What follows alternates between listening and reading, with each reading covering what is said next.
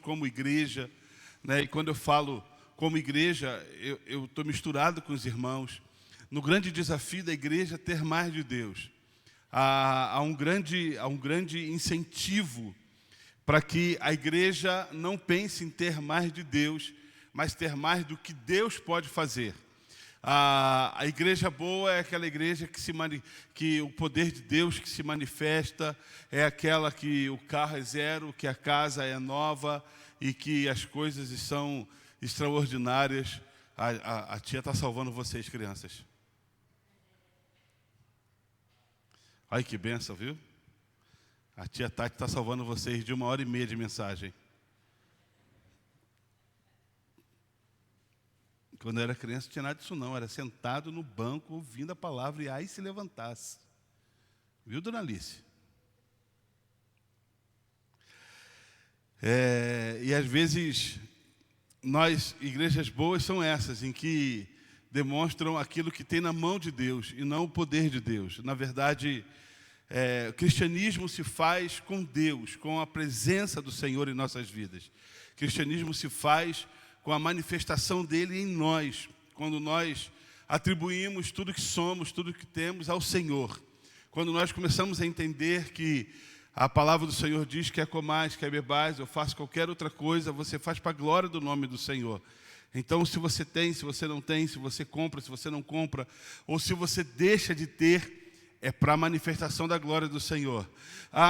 Hoje eu queria tanto, eu deixei a Débora na casa da Eileen, e fui andar aqui na cidade de Jardim com um cachorro, e eu passei em frente a uma casa e falei, Senhor, eu queria uma casa dessa, né? Ali na Quinta das Flores. Eu falei, nossa, Senhor. Aí eu parei na frente da casa, fiquei olhando a casa. Falei, essa casa é legal, hein? Essa casa é maneira, um terreno de mais de 2.000 metros quadrados. Falei, nossa, e fiquei olhando a casa, paquerando. Talvez se alguém passasse, falasse assim, tem um cara querendo roubar a minha casa, né? Com um cachorro na mão. E não há problema nenhum em você querer, não há problema nenhum em você sonhar, não há problema nenhum em você planejar, em você arquitetar, alcançar. O problema é quando nós substituímos isso por Deus. O problema é quando nós idolatramos, o problema é quando nós tomamos o lugar de Deus e colocamos bens, coisas que têm valor diante do Senhor, na frente do Senhor. E a igreja, ela não pode viver disso. A igreja, ela vive do Senhor, da presença do Senhor, da manifestação da glória de Deus em nossas vidas. A igreja vive, nós como igreja, não falo igreja, 4 paredes, mas nós como servos do Senhor, vivemos de sermos cheios da presença dEle, de sermos cheios da unção do Senhor. Porque na hora da tribulação, não é o dinheiro, não é a conta bancária que vai te salvar. O que vai nos salvar é a presença do próprio Deus. Na hora da luta moral, na luta interna, na luta emocional, é esse próprio Deus que vem sobre nós. Você pode ter todo o dinheiro do mundo, você pode ter o melhor carro, você pode ter a melhor casa, mas o que nos faz mantermos em pé é a presença daquele que está em nós, que habita em nós. Amém, queridos? É do Senhor que habita em nós. E essa é a grande diferença. Eu não sou contra que você tenha e quero mais que você tenha mesmo. Mas eu e você não podemos substituir o que é de Deus e o que é do homem. Então, não podemos trocar os parâmetros de lugares. Cada um no seu lugar, cada um no seu lugar de honra. E assim vivemos de forma sã, soberana, vivemos de forma clara. E quando nós falamos mais de Deus, eu quero compartilhar com os irmãos um versículo, mas eu quero falar um pouco sobre um livro, o livro de 1 Samuel. 1 Samuel, capítulo 16, versículo 1. 1 Samuel 16, versículo 1. Mas eu quero fazer um apanhado rápido desse povo de Deus que tinha mais de Deus na sua vida, mas decidiu viver igual aos outros. Olhou para a grama do vizinho e falou assim, nossa, a grama deles é mais verde que a minha. E eu quero viver o que eles vivem. Diz lá, 1 Samuel 16, 1. O Senhor disse a Samuel, até quando você irá se entristecer por causa de Saul? Eu o rejeitei como rei de Israel. Enche o chifre com óleo e vá a Belém. Eu enviarei a Jessé. Escolhi um dos seus filhos para fazê-lo rei. O texto começa de uma forma bem especial. Até quando você irá se entristecer por causa de Saul? Até quando você vai se entristecer por causa desse cara que não quer nada?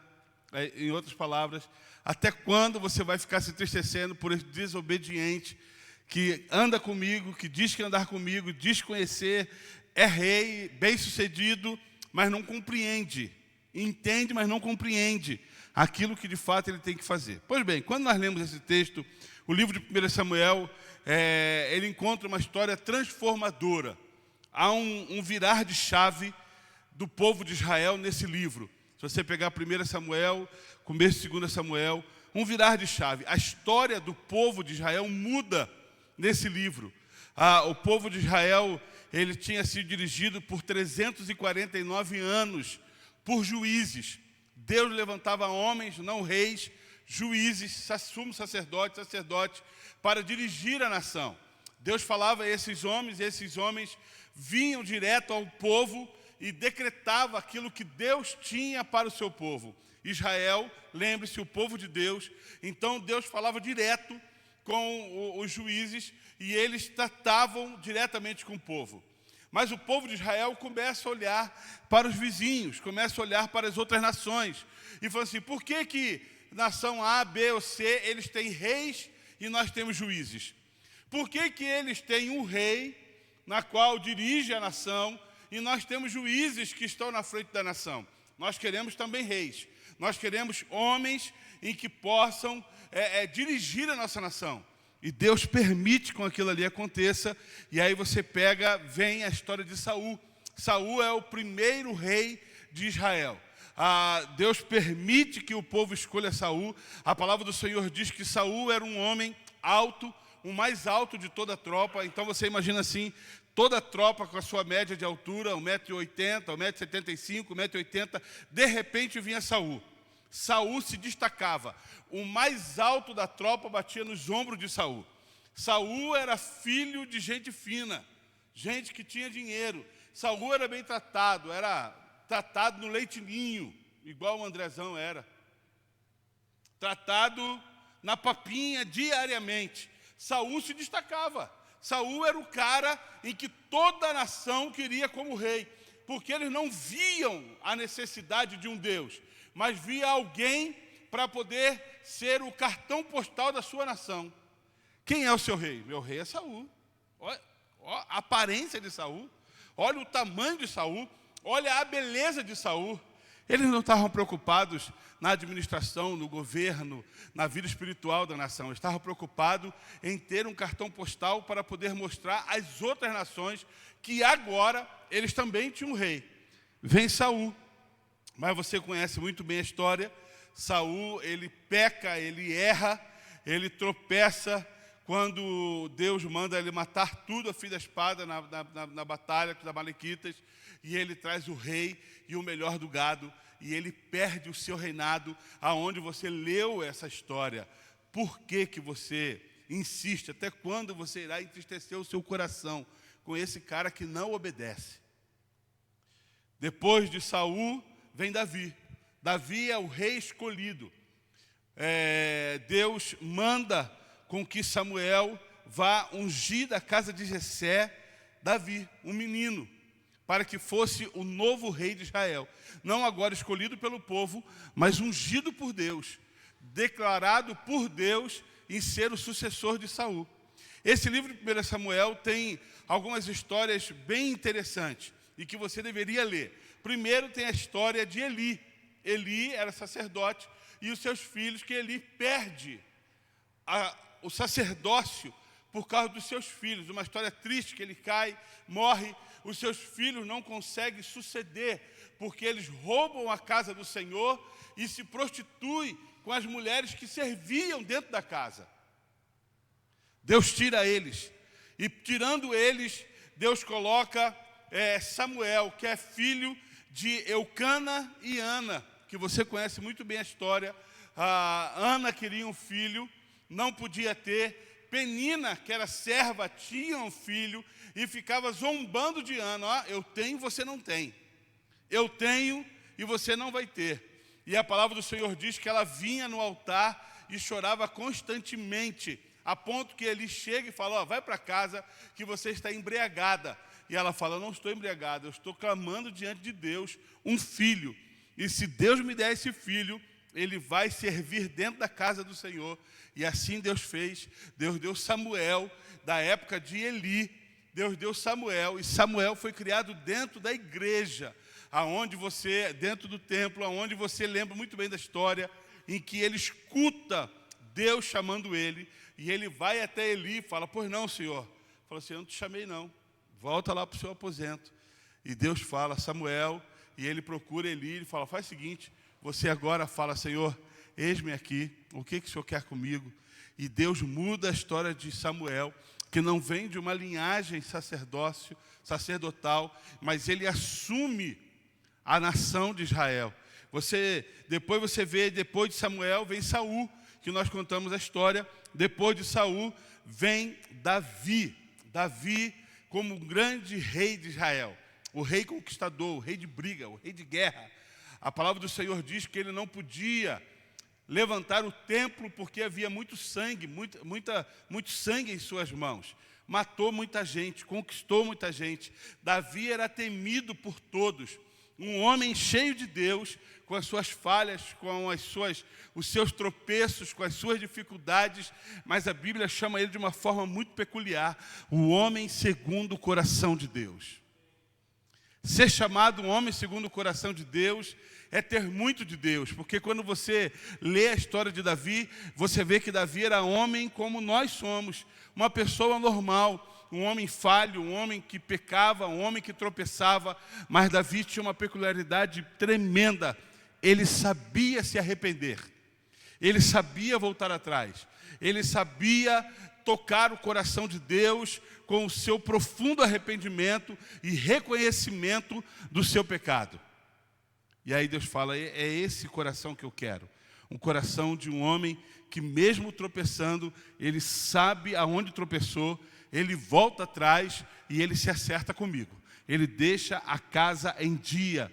Não é sobre viver sem pecar, é sobre viver que se porventura errarmos, temos um advogado, temos um Senhor, mas o Senhor espera que nós possamos reconhecer em nossas vidas o que Deus é, o que Ele faz e o perdão que Ele derrama sobre cada um de nós. Amém, queridos? É esse coração que Deus espera de mim e de você. A Bíblia fala que se alguém disser que nunca pecou, a Bíblia o chama de mentiroso, mentira, e a verdade não está em vós. Se você disser que nunca pecou, você é mentiroso, e a verdade não está em você. Todos nós, a Bíblia diz que todos nós pecamos e carecemos da glória do Senhor. Davi era um desses homens. Davi era um desses homens que errava, que falhava, mas o coração dele era tão quebrantado no voltar-se ao Senhor, no reconhecer, que ele faz canções lindíssimas. Você lê o livro de Salmos, você vê Davi assim, rasgando a sua alma diante do Senhor. Davi rasgando a sua alma diante de Deus. Um desses dias eu estava lendo um dos Salmos, e eu falei, rapaz, como Davi era tremendo escrevendo sobre voltar atrás. O cara tinha umas palavras, eu rasgo, eu me lanço, eu choro, eu vou prantear, só o Senhor é Deus. E assim, eu falo, meu Deus, como é que esse cara conseguia achar palavras tão lindas assim? Eu não consigo escrever nada, falar nada. A minha oração é tão pequena diante de textos tão lindos que Davi escrevia. Músico, harpa na mão, né, irmão? Tocava, cantava, orava e já se arrependia. Quando nós vemos esses homens, e Samuel, principalmente Davi, homens cheios de Deus, homens com tantas falhas, mas tinha mais de Deus em suas vidas. O grande desafio para mim e para você é isso, é termos mais do Senhor, menos de nós, mais de Deus. O apóstolo Paulo diz que ele cresça e que eu diminua. Que ele cresça e que eu possa diminuir a cada dia. Todo homem que se orgulha de ser o que é, ele não tem Deus em si. Todo homem que se orgulha, que bate no peito e fala assim, eu fiz, eu consegui, falta Deus na vida dele. Porque a primeira mostra de Deus em nossas vidas é quando nós declaramos que tudo o que temos e o que somos é Deus que nos capacita e nos faz. Pois bem, quando eu penso em ter mais de Deus, existem alguns pontos que eu gostaria de compartilhar com vocês sobre ter mais de Deus. Coisas práticas do dia a dia que nós devemos ter. Primeira coisa, devemos ver que sem Deus não somos nada e que precisamos cada vez mais do seu amor. Sem Deus, você e eu não somos nada. Nada. Não adianta querer bater pé, não adianta querer provar, não adianta querer demonstrar o que é, que sem Deus nós não somos nada. E que precisamos cada vez mais desse amor revelado na cruz do Calvário.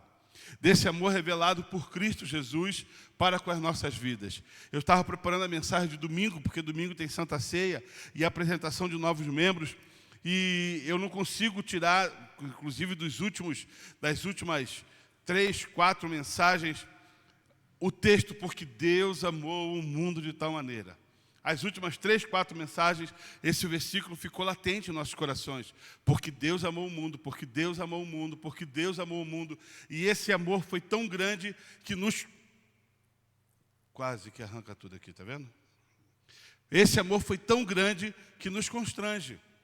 Esse amor foi tão imenso que vem sobre as nossas vidas e que constrange-nos a declarar diante de Deus. Porque por mais que eu faça, por mais que eu demonstre, não vai conseguir superar o que Deus fez por mim. E esse amor é amor de vida, não é amor de morte, é amor que nos traz vida. Mas eu não vou pregar isso, que domingo eu prego sobre isso. Mas que nós devemos aprender, que devemos ver que sem Deus nós não somos nada. Sem Deus nós não somos nada. Que sem Deus nós não conseguimos revelar esse amor. Sem Deus, você e eu não conseguimos chegar em lugar nenhum e fazer coisa alguma.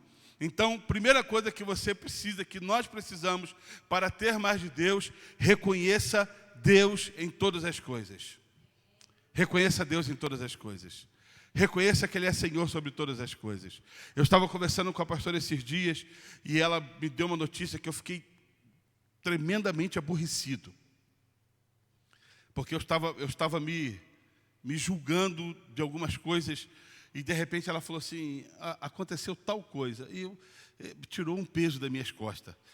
Mas eu fiquei aborrecido. E depois eu dentro do carro, no momento dirigindo, Deus falou assim, o que te faltou? Só sobrou aborrecimento. Mas não faltou nada. Não faltou nenhum passeio, nem o que eu queria comer, nem o que eu queria fazer. Não faltou nada. Fizemos tudo. Então, por que você está reclamando de quê? Você está aborrecido de quê? Sabe aquele negócio? Você não está achando que você é meio ingrato?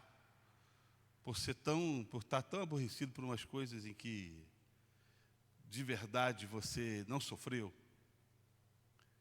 E aí, quando eu leio hoje isso aqui, eu falo, é verdade, na verdade, nós precisamos reconhecer a nossa dependência desse Deus e saber que Ele é Senhor sobre todas as coisas. Que Ele é Senhor. Que Ele é quem está na frente de tudo. Segunda coisa que nós aprendemos, que para recebermos mais de Deus, a carne, ela tem que estar mortificada. A carne precisa morrer.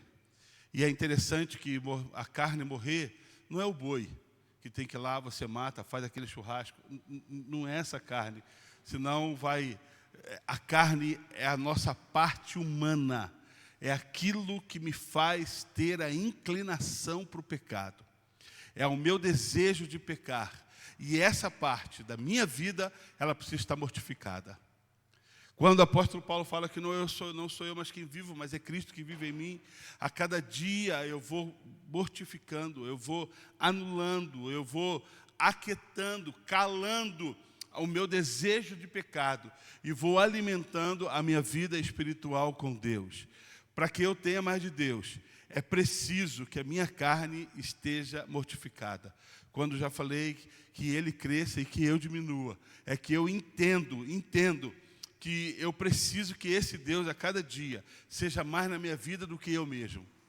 Que esse Deus seja mais de mim do que eu mesmo.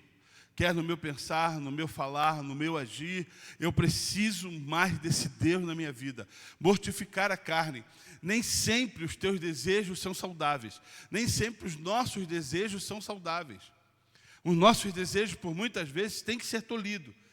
E uma vez eu preguei uma mensagem que eu falei: trate seriamente as suas emoções. Porque desejo está muito ligado com emoções. Repara uma coisa, nem sempre o que você compra é o que você precisa. Mas na emoção do momento, você vai lá e compra. Chega em casa e fala: para que eu comprei isso? Para que eu comprei uma televisão nova se a minha estava funcionando? Para que eu fiz isso? Eu lembro que na época que eu trabalhava na Sharp, e o Rogério comprou bastante consórcio da Sharp. Nunca comprou, Rogério? Perdeu a oportunidade, era bom, viu? E eu vendia consórcio da Sharp, e uma das vezes eu gostava de ir para Pedreira, uma cidadezinha do lado de Jaguariúna, ali perto de Serra Negra, Pedreira. E eu lembro que uma vez eu passei na frente de uma loja, e uma menina que trabalhava lá, ela me conhecia. Quando eu pisei na loja, falou assim: pode sair daqui. Vai. Eu não quero nem ver você. Eu falei: que isso, garota? Que falta de educação. Que coisa horrível. E eu entrei na loja, eu lembro que tinha uma pasta. Porque você vender consórcio é você vender papel. Você vende o papel e você fala: ó, daqui a 180 meses você vai pegar o seu carro. Você está comprando papel. Papel você não senta em cima, liga, acelera. Você comprou um papel, tudo bem, é ótimo o negócio. Mas, e aí eu dava pasta na mão da menina, e aquela menina ia desfolhando. E é uma técnica de venda, irmãos, porque você sempre para ver aquilo que você acha que tem necessidade. E ela ia passando. Aí, de repente, parava no 3 em 1. Você lembra do 3 em 1, irmão Sérgio? Ó, toca disco, toca fita, toca CD. Era um espetáculo. Quem tinha 3 em 1 era quase milionário da cidade.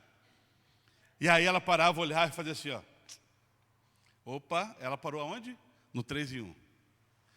Ela parou no micro-ondas, era um sonho no micro-ondas.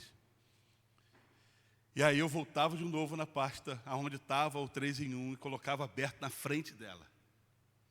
E começava a conversar, falava de Flamengo, falava de Corinthians, falava de tudo, falava da loja que era uma papelaria, falava.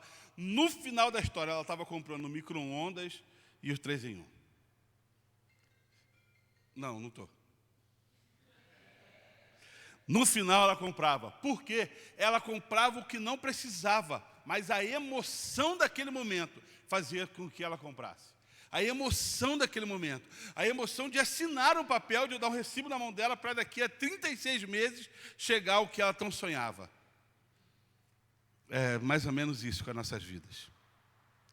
Quando nós devemos tratar seriamente as nossas emoções, elas nos sabotam, elas nos enganam, elas nos afastam de Deus, elas nos roubam do Senhor, e nós precisamos tratar seriamente. Nem tudo que brilha é ouro, nem tudo que brilha vale a pena você fazer, vale a pena você ir. Tem que prestar atenção nisso, queridos. Existem coisas que as nossas emoções, elas vão se inclinar para te afastar, para nos afastar de Deus. Para nos afastar de Deus. Você numa briga de trânsito, se calar, você não vai ser mais ou menos homem, porque brigou ou não brigou. Você não vai ser mais ou menos mulher, porque discutiu, deixou de discutir. As nossas emoções nos sabotam. É melhor você ficar quieto e glorificar o nome do Senhor. Ter mais de Deus é saber disso, é saber mortificar a carne e falar: não, dessa vez não. Dessa vez eu vou vencer em nome de Jesus Cristo. Terceira coisa que eu aprendo é quando buscamos e aprendemos com a palavra de Deus. Ter mais de Deus é necessário mergulhar na palavra. Ter mais de Deus é necessário você aprender a palavra. A palavra é lâmpada, é luz em nossas vidas, é bússola para o nosso caminhar, é a palavra de Deus. Eu fico imaginando, queridos, que quando você passa por momentos tão complicados na vida e você não tem a Bíblia nas suas mãos para você abrir e ler, você traz à sua memória versículos guardados, versículos que um dia você gravou, E hoje uma das maiores dificuldades da geração da igreja atual é que não guarda versículos, não sabe versículos de cor. Antigamente as pessoas sabiam textos, capítulos inteiros de cor da Bíblia. Eu sei 3, 4 versículos. Jesus chorou, porque Deus amou o mundo, e aí vai. O Senhor, meu pastor, não faltará. Eu já sei 3, né, pastor? 3 situações diferentes já supra a minha necessidade de continuar na presença do Senhor. Outra coisa, meu celular não falta bateria, então eu tenho a Bíblia na bateria no celular. Eu não preciso gravar, porque agora eu puxo o celular, é como uma arma espiritual, né? Pá! Já puxo, já abre, e aí eu faço a loteria da fé. Aqui abro e vou ver o que Deus tem para falar para mim. Na verdade não é isso, irmãos. Guardei a tua palavra no meu coração para não pecar contra ti. Eu guardo a tua palavra. A tua palavra é o que me alimenta, a tua palavra é meu esteio, a tua palavra é o que me guia. A tua palavra a cada dia é que nutre a minha alma, o meu coração. Quer mais de Deus? Aprenda a palavra do Senhor. Quer mais de Deus? Estude a palavra do Senhor. Quer mais de Deus? Pesquise mais, ouça mais, leia mais. Igreja que precisa mais de Deus, é necessário ter a sua palavra no coração. Não tem como nós falarmos de algumas coisas e que não entendemos, falarmos de algumas coisas que não vivemos, falarmos de algumas coisas que não temos nem experiência para isso. Eu ouvi dizer que Deus cura. Já te curou? Não. Eu ouvi dizer que Ele liberta. Já te libertou? Não, mas eu já ouvi dizer. Eu ouvi dizer que Deus... Não. Eu vivi, eu vivo, eu sei, eu leio a palavra, eu tenho a experiência viva na minha vida daquilo que Deus é, e milagres constantes que esse Senhor se manifesta na minha vida. E é importante, se você quer ter mais de Deus, é importante você ter a palavra de Deus na tua vida. A palavra, queridos, é o que nos sustenta. É interessante que quando você vai fazer qualquer coisa, você vai trabalhar em alguma área, você vai trabalhar, seja em que área for, você vai aprender sobre aquilo que você vai trabalhar. Então o cara vai trabalhar na segurança do trabalho. Ele faz um curso de segurança do trabalho. Ele vai trabalhar, por exemplo, o Andrezão trabalha na dobra de chapa. É isso, André? Na dobradeira, numa máquina que pisa, puxa, volta, faz, conta para lá, conta para cá, e marca. Um dia ele colocou no grupo dos homens lá um vídeo, ele dobrando chapa. Eu falei, eu já esqueci a primeira volta que ele deu no ferro. Já ia dobrar tudo errado, que é para fora, para dentro, e ia fazer o rolo. Por que faz com tanta facilidade? Porque estudou sobre isso, aprendeu sobre isso. A prática, o hábito de fazer, faz ele ser um dos melhores dobradores de chapa de São José dos Campos. E você pode acreditar, irmão, tem gente querendo ele em outra empresa. Agora, por que não temos o mesmo interesse quando nós falamos sobre Bíblia? Por que não temos o mesmo interesse quando nós falamos sobre conhecimento de Deus? Sobre ter mais de Deus em nossas vidas? E falar assim, aquele pessoal ali é uma das pessoas que mais conhece Bíblia em São José dos Campos. Os caras são conhecedores, vivem aquilo ali. Ter mais de Deus é importante você ler a respeito dele. É você viver sobre ele. É mergulhar nesse mundo espiritual de uma forma tão profunda para viver com exatidão o que Deus tem para você e para mim. Para viver com exatidão aquilo que Deus tem planejado. É lançar-se, é descansar, é confiar e deixar com que Deus faça um milagre acontecer continuamente em nossas vidas. Mais de Deus, buscar a Deus é quando não fazemos da oração um simples hábito, mas uma real necessidade de estar perto do Criador. Sabe aquele simples hábito que é importante, mas que nem sempre alimenta? Aqueles hábitos assim, vamos comer, ora aí. Deus, abençoe meu alimento. Obrigado. E o cara não come, ele voa no prato. Você tem que tomar cuidado, senão ele morde até o prato. Ele não sabe nem o que ele acabou de orar, mas ele ora. Legal, ele está lembrando de um Deus que o sustenta no alimento. Mas é muito mais que isso. É a necessidade de estar perto do seu Criador. É a necessidade de estar perto do seu Senhor. Assim como você tem o prazer de estar perto de pessoas na qual você ama, nós devemos ter o prazer de estarmos perto do Senhor. Eu costumo falar que eu não preciso de muitas pessoas para estar bem. Eu preciso da minha esposa. Eu não preciso, eu preciso de amigos, porque tem gente que assim, se eu não tiver amigos, o meu dia foi horrível. Eu só preciso da minha esposa. Eu vou para o shopping com ela, eu vou não sei aonde, eu dou risada, eu sento para tomar café, eu converso, eu fofoco, eu brigo, a gente faz as pazes. Faz tudo, assim, é muito dinâmico, irmãos. É muito dinâmico. E quando não tem nada para falar sobre a gente fica olhando para os outros, falando dos outros. A melhor parte do passeio é essa. E fica ali, batendo papo. Ando no shopping, coluna dói, eu sento. Vai, amor, vai, fica à vontade, só olha. Entra, experimenta, tira foto. O que você acha dessa roupa? Nossa, que lindo. É a pena que não dá para levar, né, bem? Mas é lindo, hein? Deixa guardado, que a gente volta aqui em outra ocasião. Não tem problema, na volta a gente pega. Entra numa sapataria, manda descer todo e fala assim, obrigado, eu vou dar uma voltinha, depois eu volto. Fala, Jesus, que cara de pau, né? Não podia ser vendedor de sapato, não. Eu falo, não, agora você arruma, irmão. Tá de brincadeira comigo? Agora você arruma, vai, põe lá para mim, número com número, hein? Não põe 34 com 38, não. Põe junto, certinho.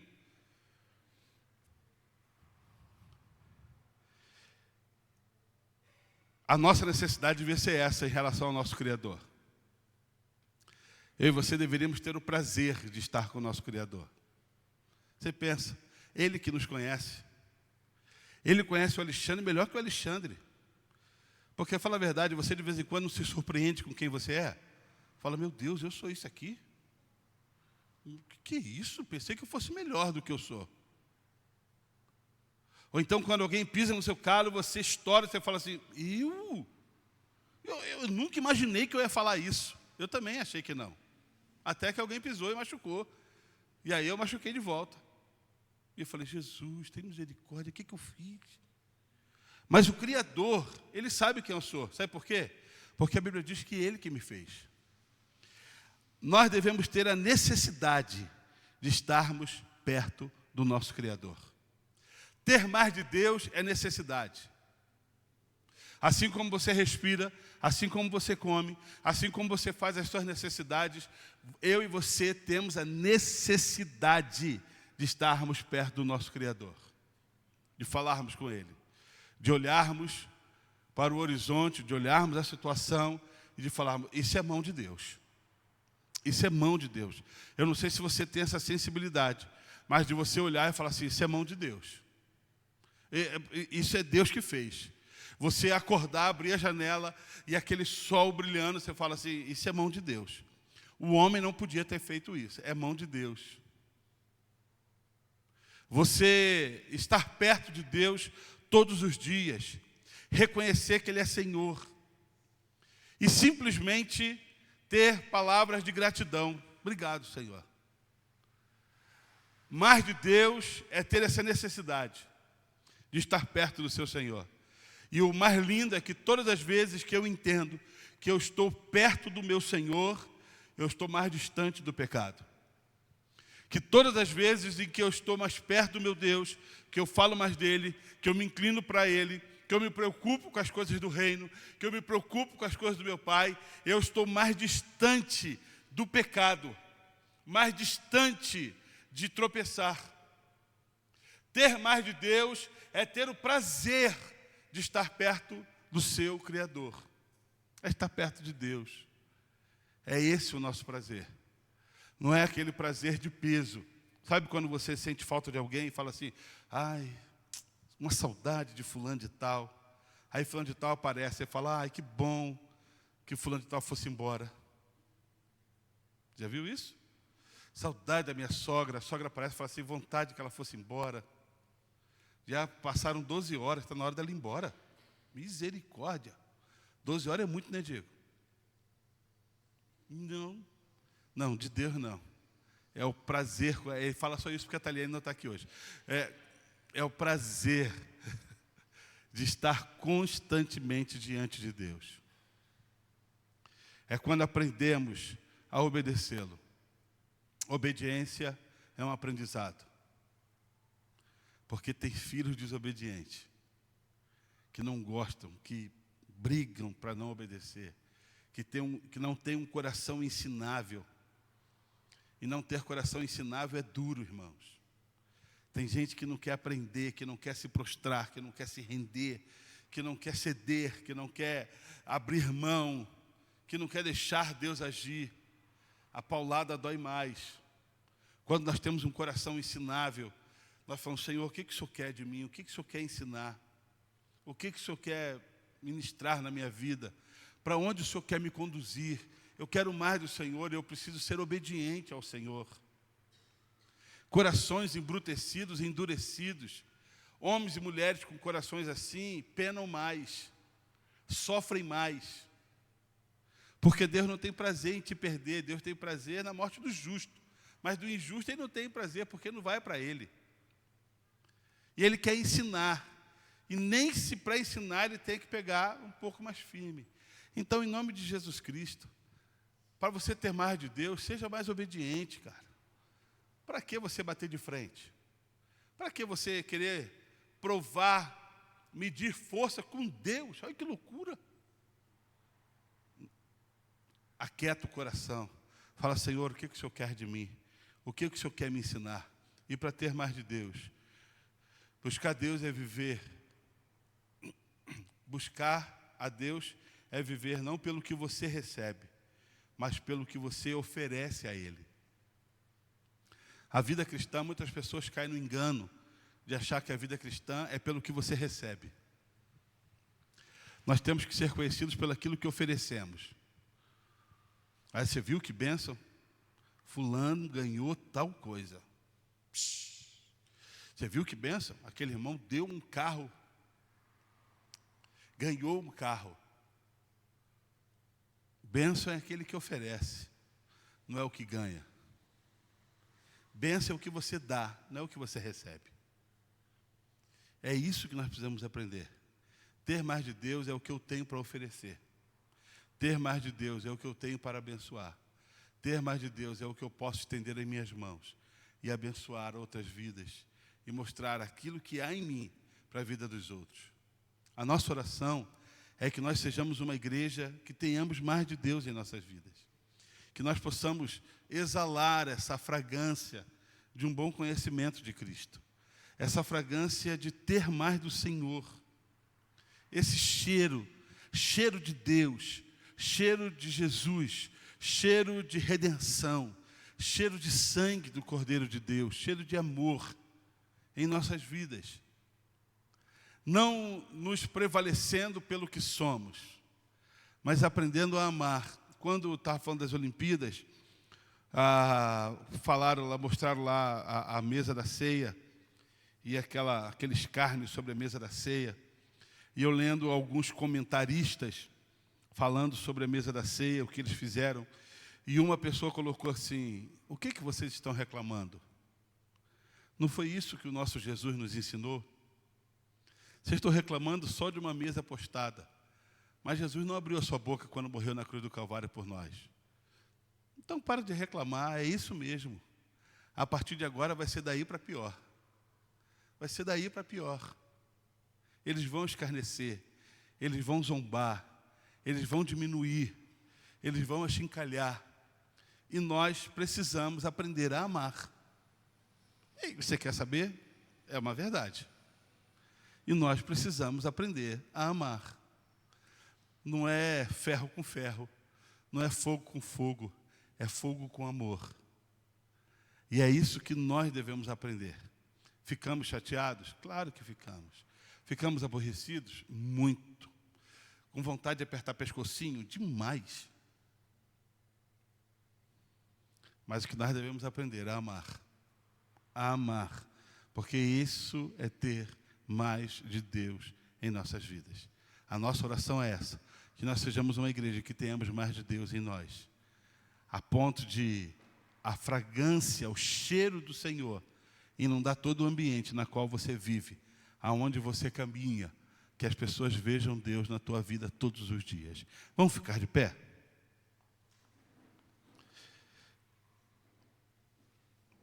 Eu não vou pedir para que você meça na sua vida espiritual quanto de Deus você tem. Isso seria loucura. Porque eu sempre acho que já tenho bastante. Ou sempre acho que eu vou ficar aquém. Mas na verdade, a medida é se o que eu tenho de Deus é o suficiente para me manter em pé todos os dias. Se o que eu tenho de Deus é suficiente para nutrir a minha alma, o meu coração, para não tropeçar. E que a cada dia eu preciso alimentar o meu coração desse Senhor, para poder caminhar, para poder viver, para poder render-se a Ele. E a oração que eu quero fazer nessa noite é exatamente essa. Não que já estejamos prontos, que não estamos. É a estatura de varões perfeitos, é buscando a cada dia mais o Senhor. É buscando a cada dia mais a presença dEle.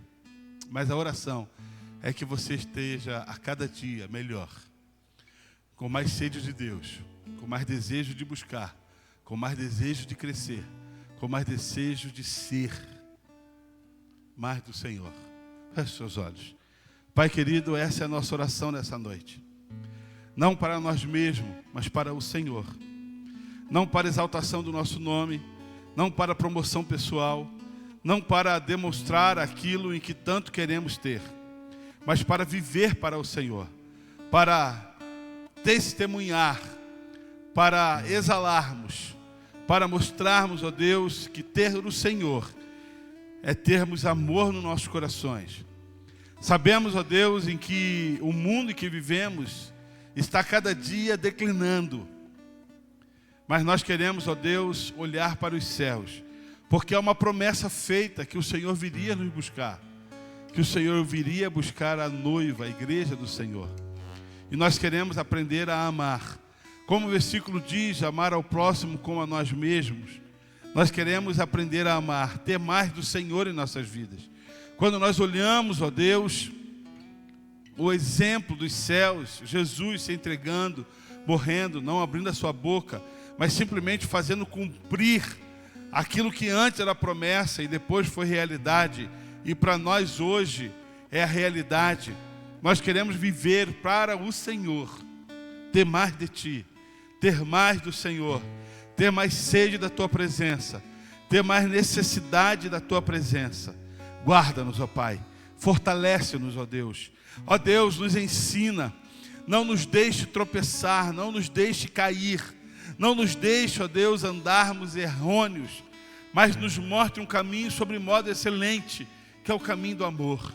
Nos mostre, ó Pai, e queremos viver a cada dia para o Senhor, colocando nossos corações no Teu altar, que o pecar, que o tropeçar esteja cada vez mais distante, mas cada vez mais nós possamos nos achegar a Ti.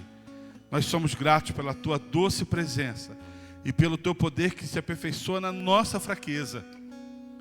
Porque o apóstolo Paulo diz que quando somos fracos, aí o Senhor revela sobre nós e aí nos tornamos fortes. Obrigado, ó Pai, por tudo. Nós colocamos as nossas vidas no Teu altar e oramos em o nome do Senhor Jesus Cristo. E que a graça do nosso Senhor e Salvador Jesus Cristo, que o amor de Deus, o nosso querido Pai, e que a doce consolação do Espírito Santo seja presente com cada um dos irmãos, desde agora e para todo sempre. Você pode dizer amém, queridos? Deixa eu te dizer uma coisa antes de você ir embora. Sábado às 19h30 tem conferências adolescentes aqui na igreja. Vem prestigiar o nosso adolescente, vai ser bênção. Às 19 horas, domingo pela manhã, escola bíblica, à noite, Santa Ceia, com a apresentação de novos membros. Deus abençoe a tua vida, vai em paz e que tenha um final de semana guardado pelo Senhor. Deus abençoe.